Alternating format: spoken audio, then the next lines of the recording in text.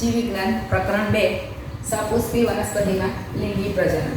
હવે આના પહેલાંના વિડીયોમાં આપણે પુષ્પની લાક્ષણિક રચના વિશે જોઈ ગયેલા અને એમાં વજ્રપત્ર, દલપત્ર, પુકેસર અને સ્ત્રીકેસરની વાત કરેલી હતી જનરલ।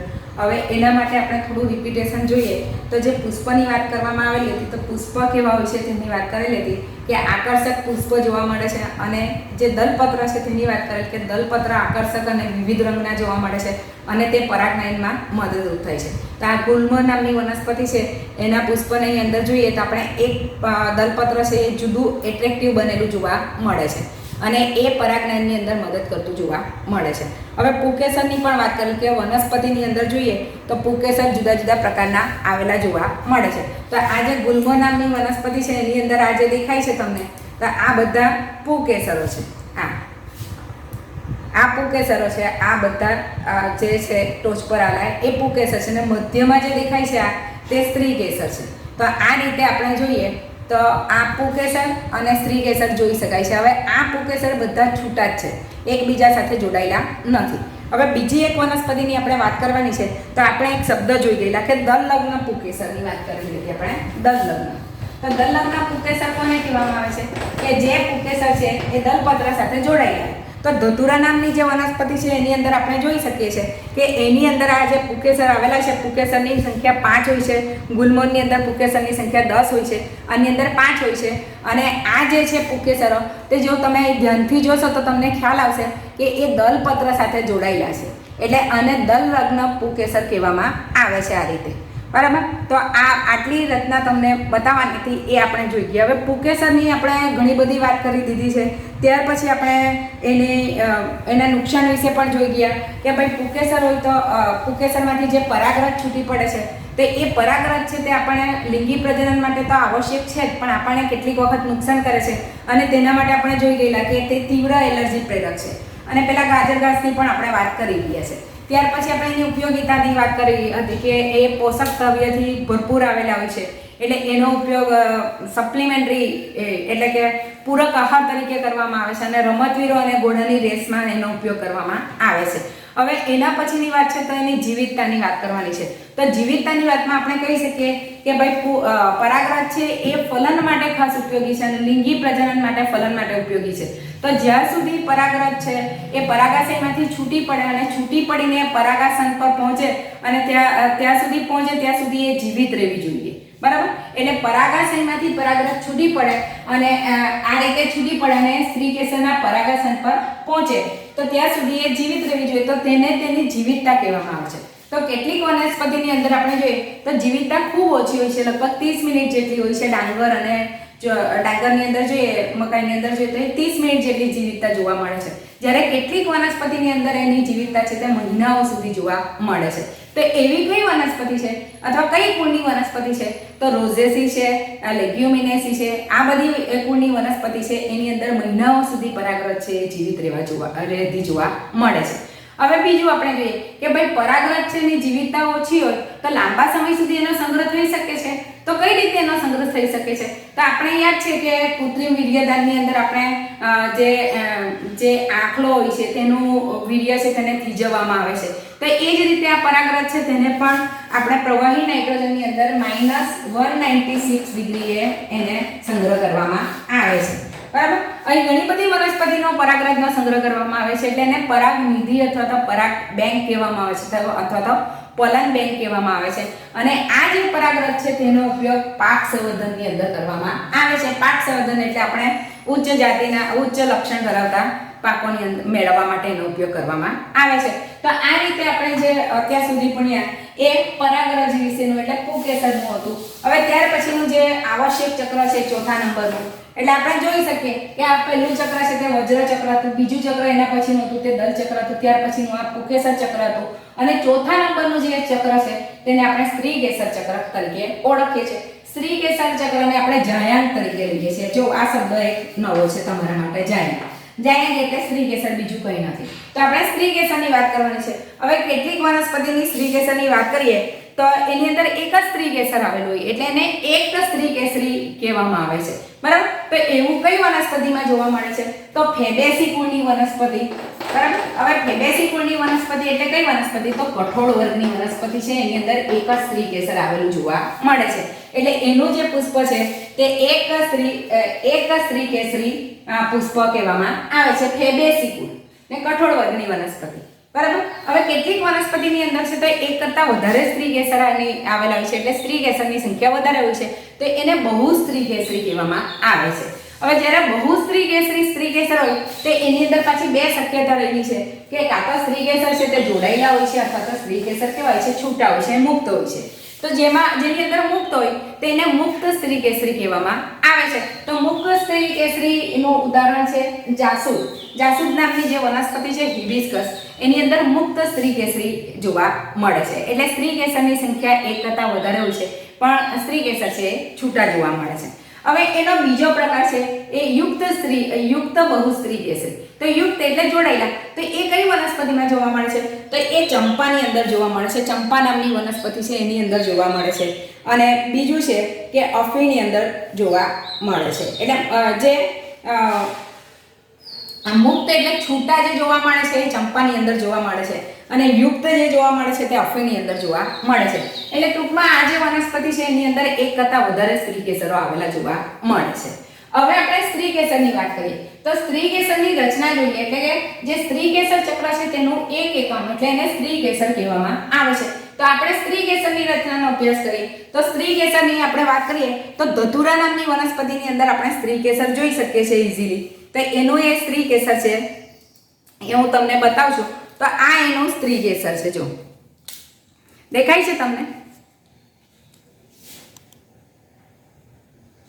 જો આ સ્ત્રીકેસર છે, આ ઉપર છે દ્વિશાખી એનું પરાગાસન છે, ત્યાર પછી વચ્ચેની જે પોલી નળી છે તેને પરાગવાહિની કહેવામાં આવે છે અને નીચે જે પોળો ફૂલેલો ભાગ છે તેને બીજાશય કહેવામાં આવે છે અથવા તો અંડાશય કહેવામાં આવે છે. આ ધતુરા નામની વનસ્પતિનું ઉદાહરણ છે. આ ધતુરાની અંદર આવેલા સ્ત્રીકેસરની વાત કરીએ છીએ આપણે. હવે આપણે આગળ વધીએ તો આ સ્ત્રીકેસર છે તેના ટોચ ઉપર જે ભાગ આવેલો છે તેને પરાગાસન કહેવામાં આવે છે. હવે પરાગાસન છે તે કેવું જોવા મળે છે? કેટલીક વખત રોમમય જોવા મળે છે અથવા તો ચિકાસયુક્ત પદાર્થો એના પર આવેલા જોવા મળે છે. કેમ આવું જોવા મળે છે? તો એ પરાગનયન માટે જે પરાગનયન થઈને જે પરાગરજ આવેલી હોય છે તે પરાગરજનું ત્યાં સ્થાપન થાય છે એટલે એને એટલા માટે એનામાં એ રીતનું અનુકૂલન જોવા મળે છે ને એનું નામ શું છે? પરાગાસન. તો પરાગાસન કેમ કહેવામાં આવે છે? ત્યાં પરાગરજનું સ્થાપન થાય છે એટલે પરાગરજને આસન મળે છે એટલે એને પરાગાસન કહેવામાં આવે છે. ત્યાર પછી આ જે પોલી નળી જેવી રચના છે તેને પરાગવાહિની કહેવામાં આવે છે. એક વખત ફલન થઈ જાય, પરાગરજનું સ્થાપન થઈ જાય અને પરાગરજનું અંકુરણ થાય ત્યારે પરાગનલિકા નિર્માણ થાય છે. આપણે ગઈકાલે જોઈ ગયેલા. તો એ પરાગનલિકા વિકાસ પામતી પરાગવાહિનીમાંથી આવે છે અને ત્યાર પછીનો જે પરાગવાહિનીનો તલ છેડે જે ફૂલેલી કોથળી જેવી રચના છે તેને અંડાશય કહેવામાં આવે છે અથવા તો બીજાશય કહેવામાં આવે છે. હવે અંડાશયની અંદર અંડક આવેલા જોવા મળે છે, બરાબર. હવે અંડક છે એની વાત કરીએ તો બીજાશયની જે સ્થાનેથી અંડક ઉદ્ભવે તેને જરાયુ કહેવામાં આવે છે. હવે આપણે જરાયુની ગોઠવણી વિશે 11મા ધોરણમાં જોઈ ગયેલા ને એની જરાયુની ગોઠવણીને આપણે જરાયુ વિન્યાસ કહેતા હતા કે ભાઈ જુદા જુદા પ્રકારના જરાયુ વિન્યાસ આવેલા જોવા મળે છે. એટલે ટૂંકમાં બીજાશયના જે સ્થાનેથી અંડક ઉદ્ભવે તે સ્થાનને શું કહેવામાં આવે છે? જરાયુ કહેવામાં આવે છે. હવે અંડકની વાત કરીએ તો કેટલીક વનસ્પતિની અંદર એક જ અંડક આવેલું જોવા મળે છે. ધારો કે આપણે કંઈ ફળ ખાઈએ એની અંદર એક જ બીજ નીકળે તો એની અંદર એક જ અંડક આવેલું હોય છે અને એનું સર્વસામાન્ય ઉદાહરણ અત્યારે કેરીનું છે. તો કેરીની અંદર આપણે કેરી ખાઈએ છીએ તો અંદરથી એક જ ગોટલો નીકળે છે અને એની અંદરથી એક જ બીજ નીકળે છે. એટલે કે કેરીની અંદર આપણે જોઈએ તો એક જ અંડક આવેલું જોવા મળે છે. તો કેટલીક વનસ્પતિની વાત કરીએ તો એની અંદર એક કરતાં વધારે અંડક જોવા મળે છે. હવે એ કઈ રીતે આપણે જાણી શકીએ? તો જ્યારે આપણે ફળ કાપીએ તેની અંદરથી ઘણા બધા બીજ નીકળે. એનું ઉદાહરણ છે પપૈયા અને તરબૂચ. તો એની અંદર ઘણા બધા બીજ આવેલા હોય છે એટલે એક કરતાં વધારે અંડકો ધરાવતી વનસ્પતિ તરીકે લઈ શકીએ છીએ. એક જ અંડકની અંદર ઉદાહરણ છે કેરી અને એક કરતાં વધુ અંડક ધરાવતી વનસ્પતિની વાત કરીએ તો એની અંદર તરબૂચ અને પપૈયાનો સમાવેશ કરવામાં આવે છે. હવે આપણે આગળ વધીએ તો એની અંદર આપણે જોઈએ તો મહાબીજાણુધનીની વાત કરવાના છે. એટલે મહાબીજાણુધની એટલે બીજું કંઈ નથી પણ એ અંડક જ છે. મહાબીજાણુધની એટલે અંડક. તો એની રચનાની આપણે વાત કરવાની છે તો આપણે અહીં જોઈ ગયા આપણે કે આ જે બીજાશય છે એની બીજાશય એટલે કે પોલાણ પોથળી જેવી રચના છે તેને અંડાશય અથવા બીજાશય કહેવામાં આવશે ને જ્યાંથી એ ઉદ્ભવે છે બરાબર અંડક ઉદ્ભવે છે તેને જરાયુ કહેવામાં આવે છે. તો હવે આપણે આ અંડકની વાત કરવાની છે અને અંડકની રચના વિશે આપણે જોવાનું છે બરાબર. તો જે અંડક છે એ બીજાશય સાથે જે દંડ વડે જોડાયેલું હોય છે તેને શું કહેવામાં આવે છે? અંડનાળ કહેવામાં આવે છે અથવા અંડક દંડ કહેવામાં આવે છે ને આપણે આકૃતિમાં જોઈ શકીએ છીએ બરાબર. હવે અંડનાળ અને અંડક વચ્ચે જે જોડાણ છે તો એ જોડાણનું જે સ્થાન છે તેને શું કહેવામાં આવે છે? બીજ કેન્દ્ર કહેવામાં આવે છે કે ભાઈ અંડનાળ સાથે અંડક જોડાયેલું હોય ને એ બે વચ્ચેનું જે જોડાણ સ્થાન છે તેને બીજ કેન્દ્ર તરીકે આપણે લઈએ છીએ બરાબર. ને આ અંડનાળ છે તેની અંદર પણ વાહક પેશીઓ આવેલી હોય છે એટલે એને પોષણ મળતું રહે છે ને આપણે આ આકૃતિમાં જોઈ શકીએ છીએ ઈઝીલી કે આ વાહક પેશી આવેલી જોવા મળે છે. હવે આપણે આગળ વધીએ તો આ અંડક છે તો અંડકની ફરતે આવરણ આવેલા હોય છે બરાબર. તો આ અંડકની ફરતે આવેલા આવરણ છે તેને આપણે અંડક આવરણ કહેવામાં આવે છે. હવે આવા આવરણ બે આવેલા છે તો બહાર તરફ આવેલી તેને બાહ્ય અંડક આવરણ કહેવામાં આવે અને અંદર તરફ આવેલી તેને અંતઃ અંડક આવરણ કહેવામાં આવે છે. હવે આપણે આ જે અંડક આવરણ છે એ જે પ્રદેશ છે તેને સંપૂર્ણ રીતે ઘેરી લેતા નથી પરંતુ એક છિદ્ર જેવી રચના જોવા મળે છે. તો એ છિદ્ર જેવી રચના છે તેને આપણે કયા નામે ઓળખીએ છીએ? અંડક છિદ્ર કહેવામાં આવે છે. હવે અંડક છિદ્રને આધારે આપણે અંડકના જુદા જુદા અંડકને ઓળખી શકીએ છીએ. ત્યારે કે ઉપર તરફ આવેલું હોય અંડક છિદ્ર તો તેને કયો અંડક કહેવામાં આવે છે? ઉર્ધ્વમુખી અંડક કહેવામાં આવે છે. ઉર્ધ્વ એટલે ઉપર તરફ મુખ આવેલું છે એટલે ઉર્ધ્વમુખી અંડક કહેવામાં આવે છે. જ્યારે બીજો પ્રકાર છે તે નીચે એટલે અધો. આપણે બાયોલોજીમાં નીચે એટલે એના માટેનો શબ્દ છે અધો. તો અધોમુખી અંડક એટલે નીચે તરફ મુખ આવેલું છે તો એને અધોમુખી અંડક કહેવામાં આવે છે. એટલે આ રીતે અંડકના પણ જુદા જુદા પ્રકાર આવેલા જોવા મળે છે. હવે આપણે અંડકનો જે પ્રદેશ છે તેની ફરતે અંડક આવરણ આવેલું હોય છે ને પ્રદેશને સંપૂર્ણ રીતે ઘેરી લેતું નથી અંડક આવરણ પણ એક છિદ્ર જેવી રચના જોવા મળે છે એને અંડક છિદ્ર કહેવામાં આવે છે બરાબર. હવે પ્રદેશની વાત કરીએ તો પ્રદેશ કોને કહેવામાં આવે છે? તો પ્રદેશ એટલે કે આ અંડક આવરણથી ઘેરાયેલો જે ભાગ છે તેને આપણે પ્રદેશ કહીએ છીએ ને પ્રદેશની અંદર આપણે જોઈએ તો ઘણા બધા કોષો આવેલા જોવા મળે છે ને એક ખીચોખીચ કોષોનો બનેલો જોવા મળે છે ને આ બધા કોષો છે એ સ્પષ્ટપણે કોષ કેન્દ્ર ધરાવતા જોવા મળે છે. એટલે આ રીતે જે મધ્યમાં આવેલા હોય છે તેને પ્રદેશ કહેવામાં આવે છે. તો હવે ત્યાર પછી આગળ વધીએ કે પ્રદેશની અંદર અંડક છિદ્ર એટલે જે તરફ અંડક છિદ્ર આવેલો હોય છે તેનો પ્રદેશનો એક કોષ છે તે વિભેદન પામે છે અને વિભેદન પામીને કયા કોષ તરીકે વર્તે છે? તો મહાબીજાણુ માતૃકોષ તરીકે વર્તે છે. જો આ જે પ્રદેશ છે તેની અંદરનો એક કોષ છે આપણે અહીં આ રીતે લઈ શકીએ તો એ કોષ છે તેને આપણે એનલાર્જ કર્યો છે કે આની ફરતે આપણે બતાવ્યો છે તો પ્રદેશના ઘણા બધા કોષો છે અને એ કોષ વિભેદન પામે છે. વિભેદન પામીને શું કરે છે કે કદમાં મોટો બને છે, કોષ કેન્દ્ર મોટું બને છે અને એની અંદર કોષરસ પણ ઘટ્ટ થાય છે બરાબર. એટલે વિભેદન પામીને એના તરીકે વર્તે છે મહાબીજાણુ માતૃકોષ તરીકે વર્તે છે. હવે પ્રદેશના દરેક કોષ આ રીતે મહાબીજાણુ માતૃકોષ બનવાની ક્ષમતા ધરાવે છે પણ બધા બનતા નથી, ફક્ત એક જ બને છે અને કયા સ્થાનનો બને છે?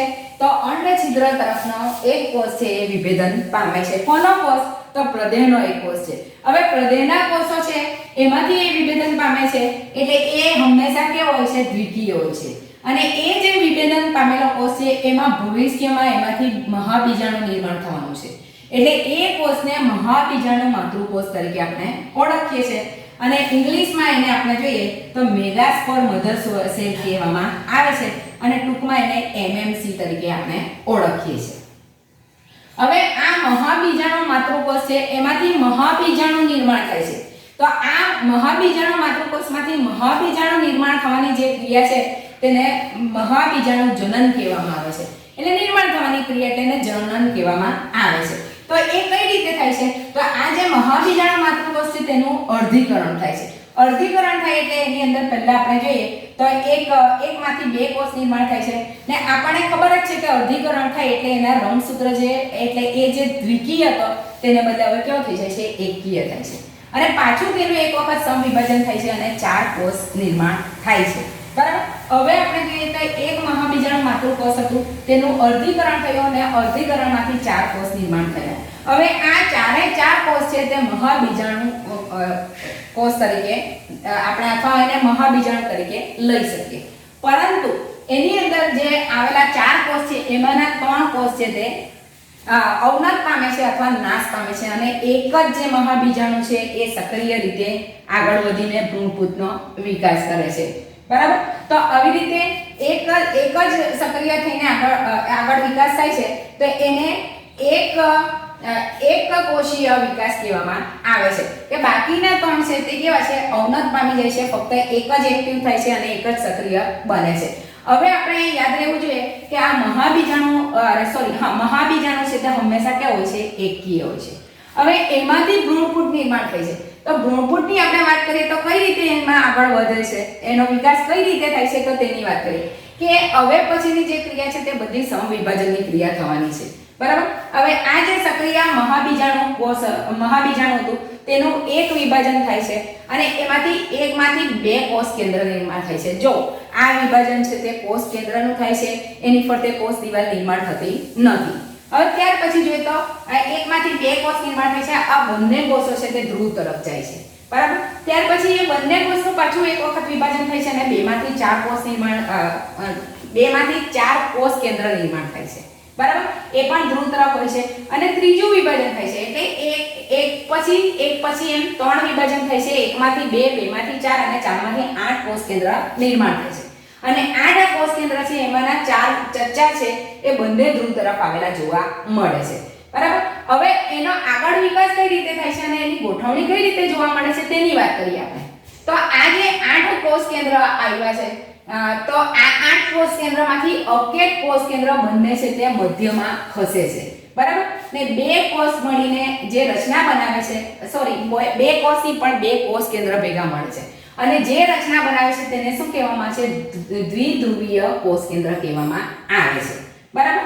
હવે આપણે આગળ વધીએ તો એને આપણે પાછા અંડકની રચના જોઈએ તો આપણને ખબર છે કયો કોષ એક્ટિવ થયેલો, તો અંડ છિદ્ર તરફનો જે પ્રદેહનો કોષ એક્ટિવ થયેલો, તો અંડ છિદ્ર તરફનું જે તલ છે તેને આપણે અંડછિદ્રીય તલ તરીકે ઓળખીએ છીએ। તો અંડછિદ્રીય તલ છે તેની અંદર જે આવેલા 3 કોષ કેન્દ્ર છે તે કોની રચના કરે છે, તો એ અંડ પ્રસાધનની રચના કરે છે અને અંડ પ્રસાધનની અંદર આપણે જોઈએ તો એક અંડકોષ આવેલો હોય છે અને બીજા બે જે કોષ આવેલા હોય છે તે સહાયક કોષો આવેલા જોવા મળે છે। આ લાલ કલરનો જે બતાવ્યો છે તે અંડકોષ છે અને લીલા કલરના એની સાથે જે બતાવ્યા છે એ આપણે સહાયક કોષ તરીકે લઈએ છીએ। એટલે આમ 3 કોષ ભેગા મળીને આપણે જોઈએ તો અંડ પ્રસાધનની રચના કરતા જોવા મળે છે અને અહીં એક તંતુમય રચના જોવા મળે છે તેને તંતુમય પ્રસાધન કહેવામાં આવે છે। હવે આ તંતુમય પ્રસાધન છે તેની વાત કરીએ તો જ્યારે પરાગરજનું અંકુરણ થાય અને વિકાસ પામતી પરાગનલિકા ભ્રૂણપૂટની અંદર દાખલ થાય તો આ ભ્રૂણપૂટની અંદર દાખલ થવા માટે એને આ તંતુમય પ્રસાધન છે તે મદદરૂપ થાય છે। હવે આપણે જોઈએ તો મધ્યમાં જે બે કોષ કેન્દ્ર છે તેને આપણે જોઈએ કે દ્વિધ્રુવીય કોષ કેન્દ્ર કહેવામાં આવે છે। એનું બંધારણ આપણે જોઈએ તો 2n થયેલું જોવા મળે છે કારણ કે બે કોષ કેન્દ્ર ભેગા થાય છે એટલા માટે। હવે બાકીના જે 3 કોષ કેન્દ્ર હતા તે કયા તરફ હતા, તો અંડકતલીય ધ્રુવ તરફ હતા, એટલે એનાથી વિરુદ્ધ તરફ હતા। તે તો 3 કોષ કેન્દ્ર ભેગા મળીને કોની રચના કરે છે, તો પ્રતિધ્રુવીય કોષની રચના કરે છે।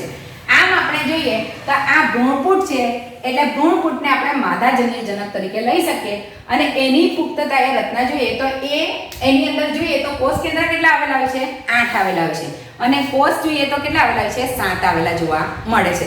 એટલે આમ આપણે જોઈએ તો ભ્રૂણપૂટની અંદર આપણે ક્વેશ્ચન પૂછાય કે ભાઈ ભ્રૂણપૂટની અંદર કેટલા કોષ આવેલા હોય છે, તો 7 કોષીય રચના છે અને કોષ કેન્દ્ર કેટલા આવેલા હોય છે, તો એ 8 જોવા મળે છે। એટલે આ રીતે આપણે જોઈએ તો આખો માદાજન્યજનકનો વિકાસ થયેલો જોવા મળે છે। મિત્રો હવે પછીનું આપણે આના પછીનું જે પરાગનયન છે અને બધા બીજા ટોપિક છે તે આના પછીના લેક્ચરમાં જોઈશું। Thank you.